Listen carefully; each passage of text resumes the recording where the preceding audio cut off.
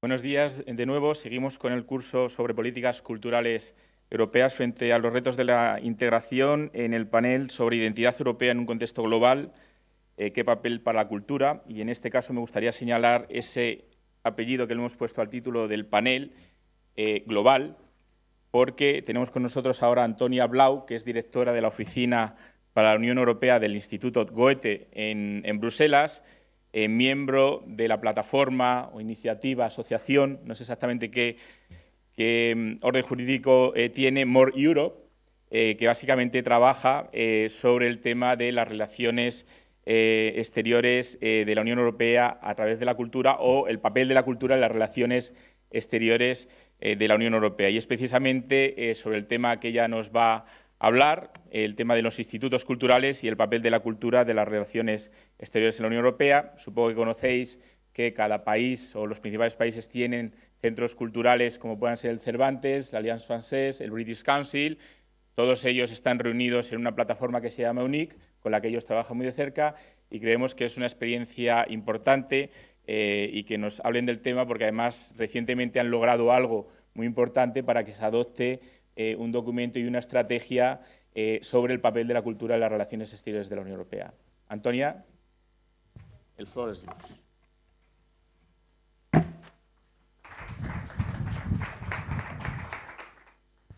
Thank you, Miguel. Thank you also. Muchas gracias, Miguel. Gracias a la Fundación Academia Europea de Juste por haberme invitado. Pues bien, yo voy a hablar brevemente desde el punto de vista y la perspectiva de un instituto nacional y cultural, y supongo que volveremos otra vez al debate anterior sobre cuál es el papel de los institutos nacionales y cuál debería ser su papel. Ayer ya se dijo que ya no hay demasiado marketing, así que veremos a dónde nos va a llevar el futuro. Me gustaría hablar brevemente sobre el Goethe Institute. Es el Instituto Cultural Alemán. Contamos con institutos en múltiples países por todo el mundo. Yo personalmente trabajo en Bruselas, en el Instituto de Bruselas. Tenemos una pequeña oficina europea ciertamente especial, y si tuviera que describir el trabajo que realizo en estos momentos, trata sobre todo de la traducción, por una parte, de los discursos sobre desarrollo, política, hacia el instituto, para explicar a ambos qué es lo que está pasando a nivel europeo a la institución y viceversa también, porque estoy intentando traducir las palabras de los institutos y las instituciones europeas para saber cómo podemos entender las relaciones culturales y el trabajo que hacemos. Como ya se dijo ayer, en caso alemán, también me gustaría explicar brevemente que desde los años 70 ha existido un paradigma que ha sido cultura para todos. Hilma Hoffmann fue una figura esencial en este tema, fue presidenta del Instituto Goethe también. Como Nela ya dijo, el entendimiento y la comprensión que tenemos de la cultura es muy amplio, incluye la educación, la alimentación, la filosofía, la religión, etc. Creo que lo más importante para nuestra propia percepción es que no somos parte del gobierno. Nuestro estatus es el de asociación alemana, así que trabajamos cerca del gobierno, pero no pertenecemos a las embajadas ni a los gobiernos. Por tanto, somos independientes y todo nuestro contenido lo es también. Creo que las principales palabras que describen nuestro proyecto es co-creación, coproducción, diálogo, intercambio, etc.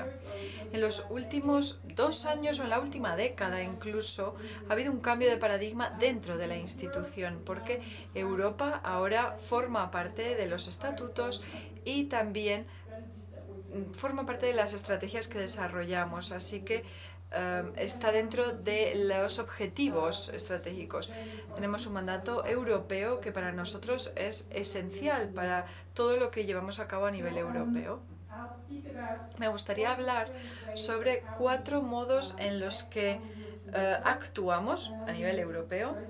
En primer lugar, tenemos, por supuesto, los proyectos europeos. Contamos con proyectos, tenemos socios de toda Europa, pero también trabajamos en países terceros y rediseñamos proyectos juntos y luego los llevamos a cabo. Un ejemplo, por ejemplo, que llevamos a cabo en Bruselas bajo el programa Erasmus+, que por supuesto es uno de los grandes proyectos con los que colaboramos. Voy a ir despacito para la traducción. El proyecto se llamaba Los voluntarios son bienvenidos y acogía voluntarios que trabajaban con refugiados de 6 países europeos, muy jóvenes, todos ellos entre 20 y 30 años, y la idea era precisamente reunirles para que, en primer lugar, supieran que se trata de un problema europeo y que ha de ser tratado desde una perspectiva europea, pero también intentábamos darles un ejemplo práctico de cómo la cultura puede utilizarse en su trabajo con los refugiados, especialmente con los más jóvenes y los adolescentes. Fue una muy breve reunión que llevamos a cabo y celebramos en una semana, pero la sensación que tuvimos, ese feedback que nos dieron de los voluntarios fue realmente positivo. Otra de las actividades que estamos llevando a cabo, como ya ha mencionado Miguel, es el hecho de que estamos dentro de la red UNIC, dentro de institutos culturales. Se trata de una red de naturaleza muy política. La sede se encuentra en Bruselas. Trabajamos con ellos de manera estratégica. También hay diferentes núcleos con miembros diferentes en unos 100 lugares de Europa y también en otros lugares. Así pues, la idea es contar con diferentes institutos culturales que se reúnen en núcleos y llevan a cabo proyectos y trabajan de manera conjunta. Algunos de estos núcleos funcionan muy bien, otros no tanto. Pueden imaginarse que con 27 países diferentes los grupos son muy heterogéneos, hay diferentes intereses encontrados, políticos también. Así que en ocasiones la negociación y la cooperación lleva su tiempo y no es tan fácil el trabajo.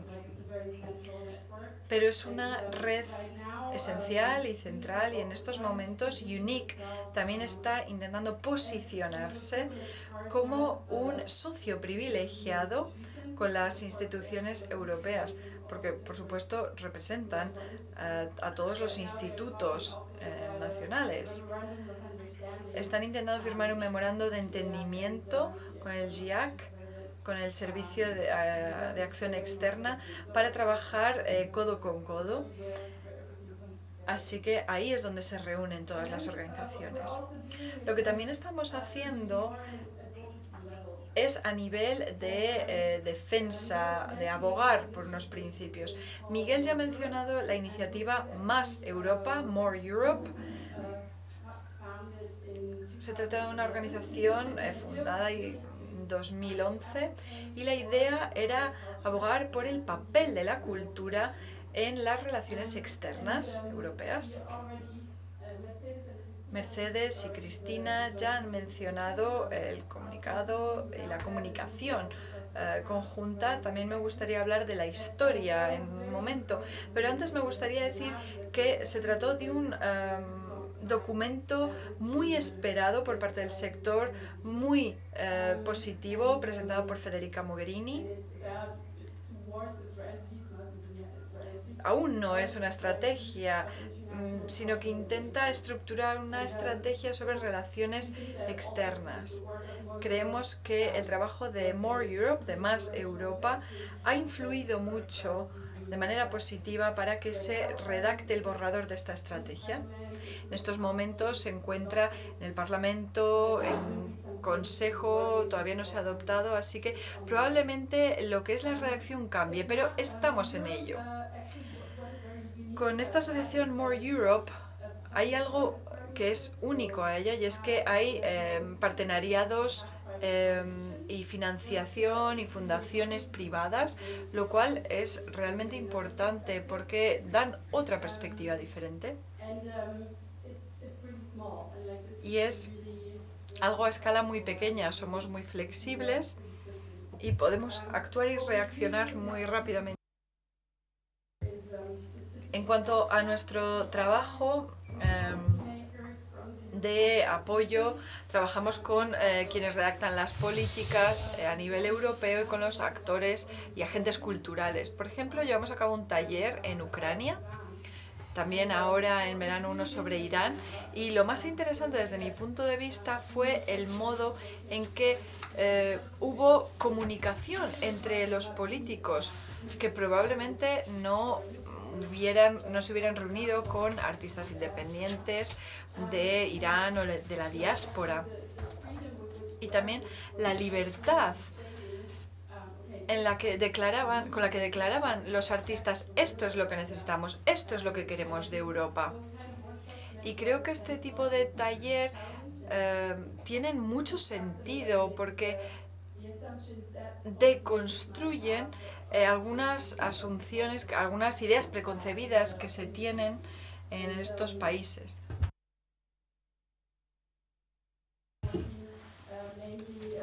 El modo en que vamos a seguir trabajando se va a centrar en la gestión de conflictos en Siria, en Turquía también. Y también mencionaremos nos centraremos en el papel de los artistas en un ámbito social. Me gustaría hablar más sobre la estrategia, sobre esta comunicación conjunta, como ya se mencionó ayer y también hoy en varias ocasiones. La Unión Europea tiene competencias a nivel cultural.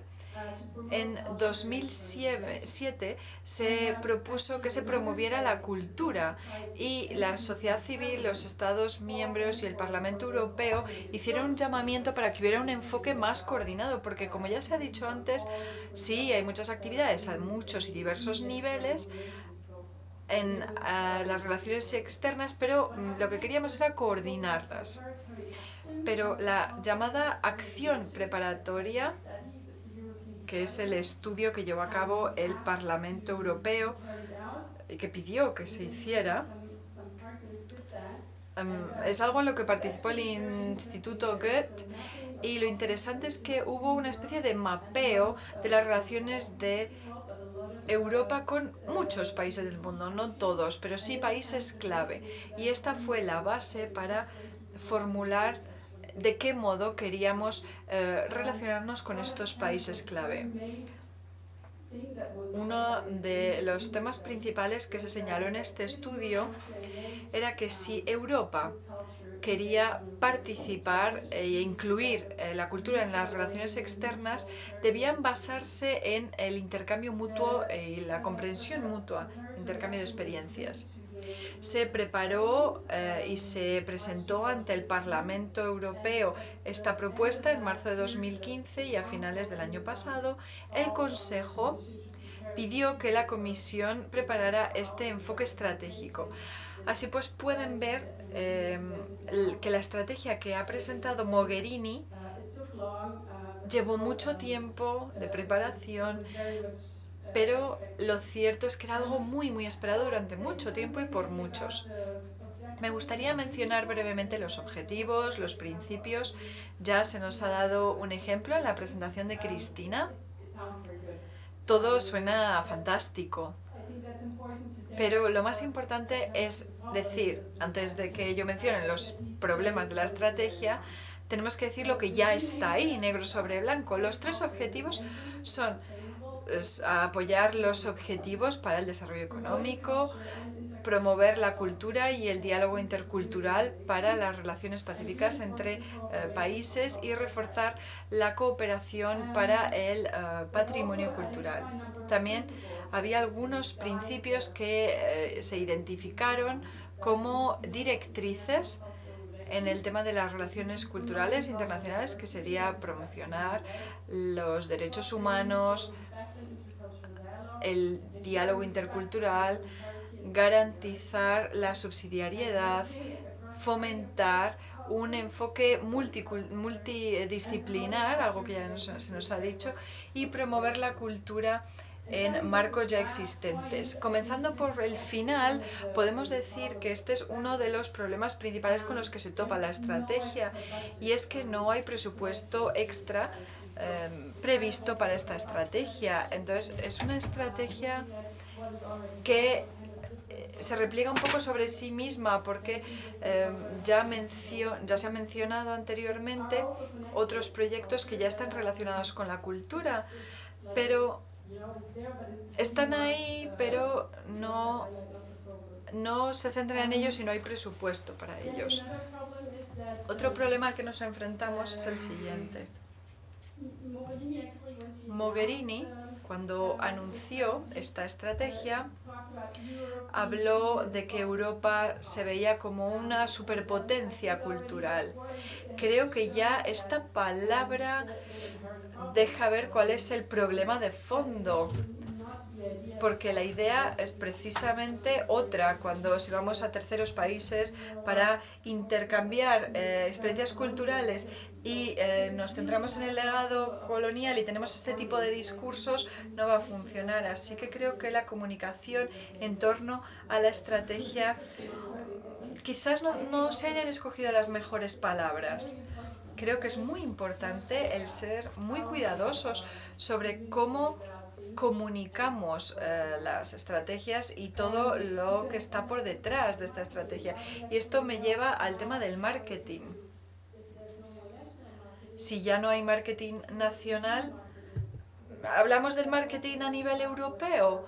Porque lo cierto es que en esto no se basan las relaciones culturales. Otro punto importante y que creo que falta en la estrategia es la inclusión de otros agentes. Es decir, cómo se va a poner en práctica. Si queremos hablar de las relaciones culturales, necesitamos tener en cuenta a agentes de la sociedad civil, tener en cuenta a los artistas, iniciativas más pequeñas. Así que tenemos que saber cómo vamos a llegar y relacionarnos con todos ellos. Y creo que esto es algo que falla en la estrategia porque no se contempla. Creo que el momento del lanzamiento de la estrategia tampoco fue muy acertado, fue al inicio de junio. 2 semanas después tuvimos la votación del Brexit y la estrategia sobre el Servicio Externo de Acción se presentó y no se habló de cultura. Así que lo que dijo Mogherini de que la cultura debería estar en el centro de las relaciones exteriores de la Unión Europea, bueno, pues ya veremos, pero en estos momentos al menos la estrategia no parece tener mucho impacto, pero ya veremos a dónde nos conduce esto. Lo que sí creo que es importante para la estrategia son a lo mejor matizar que es necesaria mucha coordinación, modestia y también hay que escuchar a los otros países, a los países terceros. Una de las herramientas para poner en práctica y aplicar esta estrategia es la plataforma de diplomacia europea. Y aquí es donde entra en juego el Goethe Institut en consorcio con otros institutos culturales, también con fundaciones, con BOSA, que es un instituto cultural en Bruselas. Estamos coordinando todos esta puesta en práctica y esta aplicación, porque la idea es aconsejar el Servicio Externo de Acción y las nuevas delegaciones en terceros países, porque ahora todos ellos tienen una nueva estrategia que aplicar, pero no saben qué significa ni cuál será el impacto que tenga en sus organizaciones. Tampoco sabemos hasta ahora, o no saben, cómo debe o ha de utilizarse la cultura en su trabajo diario. La idea por detrás de la plataforma es que las delegaciones nos digan lo que necesitan. que nos digan, pues necesitamos un mapeo, necesitamos un evento, organizar algo. Por ahora el Servicio Externo de Acción nos ha dicho que nos vamos a concentrar en Rusia, en Túnez y en Irán. Estos serán los primeros ejes de acción.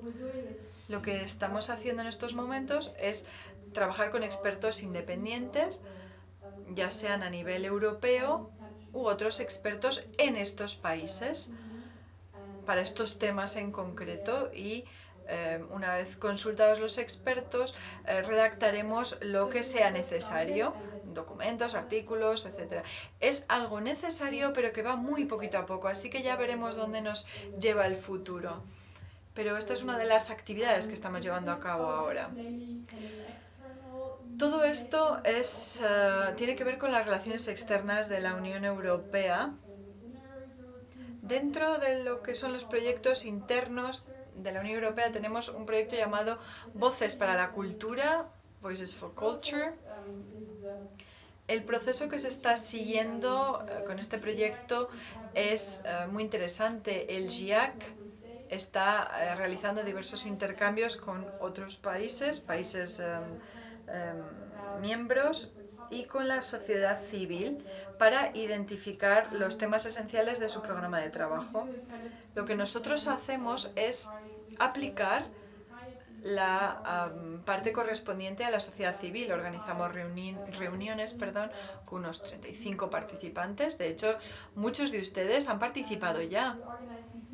Organizamos estas reuniones, seleccionamos los participantes junto con expertos externos, se reúnen durante día y medio y debaten sobre un tema en concreto, presentan cuáles han sido las conclusiones ante el GIAC y a continuación tratamos de que haya un seguimiento de los resultados por parte de los Estados miembros, porque ya hemos debatido el tema de los refugiados y precisamente el último tema, la última sesión, de hecho, de estas reuniones, como decía, se celebró hace tan solo 2 semanas y tenía que ver con la inclusión de los refugiados y los inmigrantes a través de la cultura. La reunión que se tuvo con los grupos de la sociedad civil y el GIAC fue muy interesante porque había representantes de justicia y de otros ámbitos de la sociedad, porque sabían que el tema de la inclusión de los refugiados y los inmigrantes es algo crucial, es transversal a todos los demás temas y ha de atacarse desde una perspectiva global. En primer lugar, había problemas para entenderse desde un punto de vista del vocabulario, porque algunas personas se referían a alguna cosa cuando se referían al término integración, que no era lo mismo a lo que se referían la sociedad civil. Así que algunos hablaban de integración, otros de inclusión para hablar de lo mismo. Así que había mucha falta de entendimiento, pero pese a ello creo que es el único modo que tendrá éxito para reunir a diferentes partes de la sociedad y debatir estos temas candentes. Creo que este ha sido un buen resumen de lo que hace este Goethe Institute como Instituto Nacional, pero creo que su tarea también está cambiando y en estos momentos está intentando reposicionarse a nivel europeo a caballo entre las instituciones europeas y la sociedad civil. Así que eso es todo. Muchas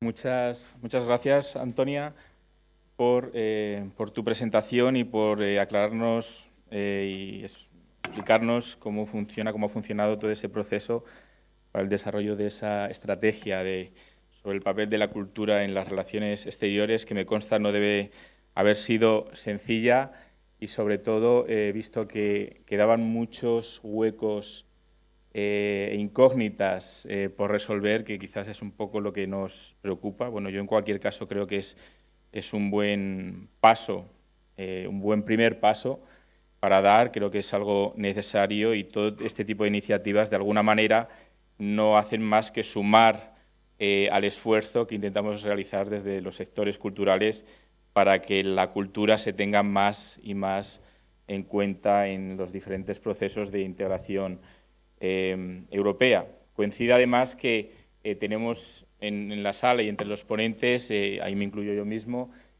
organizaciones y personas que hemos participado directamente en ese proceso, ¿no?, de diálogo con la sociedad civil, como es The Voices of Culture. Nuestra fundación ha sido miembro, Guido también ha estado en esas reuniones, al igual que hemos estado en otro tipo de plataformas, ¿no?, que ha habido anteriores sobre el multilingüismo, pues sí, el multilingüismo también había una plataforma, pero sobre el acceso a la cultura, en la que Cristina da Milano y Cultural Action Europe también participó. A mí, si me permites, quería romper el hielo, ¿no?, porque es algo que siempre nos queda como incógnita y como tú estás más metida en el proceso y es algo que debatimos siempre después de las reuniones e incluso anoche tocamos el tema, es hasta dónde llega esa reflexión, esa participación de las personas y de las entidades de la sociedad civil que entran dentro de ese diálogo, ¿no? Bueno, hemos tenido ya dos procesos diferentes, el de las plataformas, ahora es de The Voices of Culture. ¿Hasta dónde llega eso a la hora de realmente influir? ¿Qué es lo que realmente nos preocupa? Y a lo mejor, bueno, pues a lo mejor también lo que se puede preguntar un poco la audiencia, ¿no? ¿Realmente ese diálogo es efectivo? Quiero creer que sí, pero a veces tenemos nuestras dudas, intentando ser lo más políticamente correcto. Entonces quiero arrancar con esta pregunta y ya, si queréis, mientras ella responde, podéis ir levantando las manos y hacemos el resto de preguntas. Yeah, I think that's the crucial. Creo que esa es la pregunta clave. Creo que es una pregunta que la Comisión no ha resuelto todavía. No estoy segura de que pueda resolverla, pero desde luego sí pueden ser más claros y más precisos en la comunicación sobre ello. Lo que yo he experimentado siguiendo de cerca este proceso, este no lo he seguido, pero sí lo sé por otra gente que me lo ha dicho, es que dependía mucho de los temas,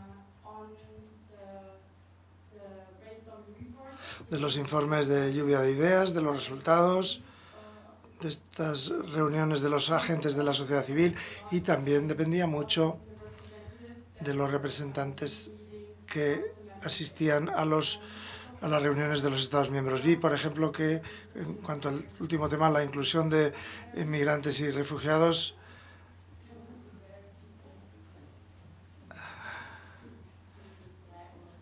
se va a caer la bandera europea.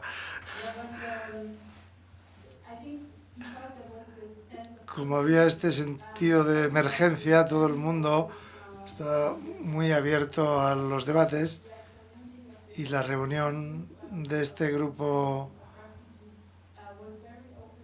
sobre el debate de los refugiados y su inclusión, estaba encantado de la reunión de las organizaciones de la sociedad civil, y los invitaron a que presentaran sus informes ahí. Al mismo tiempo también se puede uno preguntar qué influencia tienen los informes de los grupos de los Estados miembros en la política, porque yo he hablado desde luego con los representantes alemanes y dicen, bueno, pues enviamos el informe sin saber muy bien qué va a pasar después de enviarlo. De modo que creo que hay muchas preguntas sobre la divulgación y la comunicación. En último término, la Unión Europea tiene un grave problema de comunicación. Deben utilizar todos los canales posibles, y creo que esta es parte de ello. Pero también hay un problema de la conexión también entre la gente, que tampoco se ha resuelto todavía.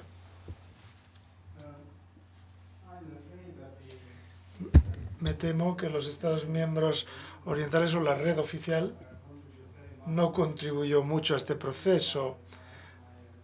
Esta es mi preocupación. A lo mejor puedes decir lo contrario, pero según lo veo yo, la mayor parte de las redes en nuestros países están todavía comunicando más bien a nivel nacional y el marketing nacional más que el europeo. A lo mejor de tu experiencia puedes citar algún ejemplo bueno. Y una pregunta que está vinculada con esto. La mayoría de los países de los que hablo tienen redes mucho más pequeñas que el Goethe Institute o el British Council, etc. O ninguna red, como Eslovenia o Letonia, etc. En tu experiencia o en el Instituto Goethe, ¿hay voluntad de incluir a esos países en lugares como en Teherán, por ejemplo, donde no creo que haya ningún país de Europa Oriental para incluir de alguna manera y que pueda participar en esas actividades?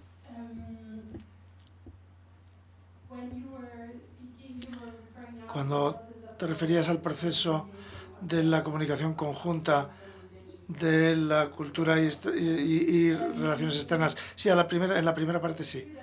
Bueno, es cierto que me parece que algunos de los institutos de los países de Europa Oriental, sobre todo ahora y sobre todo en el pasado más reciente, tienen un problema porque dicen no tenemos mandato europeo. Podemos participar en UNIC, pero no podemos hacer nada porque tenemos esta especie de responsabilidad oficial de defender nuestra cultura nacional y por tanto no tienen el marco legal para ello. También depende de las personas, lógicamente, y mucho también de quién está allí y qué tipo de riesgos a veces están dispuestos a asumir, sobre todo en el caso de Polonia y la República Checa. Creo que están poniendo a prueba hasta dónde pueden llegar y en qué punto van a tener límites desde su cuartel general, digamos. En cuanto a estas redes heterogéneas y el hecho de que hay institutos muy pequeños que carecen de redes o que es muy pequeña y hay otros participantes de más nivel y tamaño, lo que está haciendo UNIC es, con el director en funciones Andrew Murray, que es muy activo, creo que han puesto mucha energía en este barco un poco lento de UNIC. Hay muchos intercambios ahora en cuanto a la formación y la evaluación. Lo que estamos haciendo es recogiendo información de todos los institutos y la idea es que todos se pueden beneficiar de todos, de modo que sobre todo se está haciendo hincapié en competencias interculturales, en formación.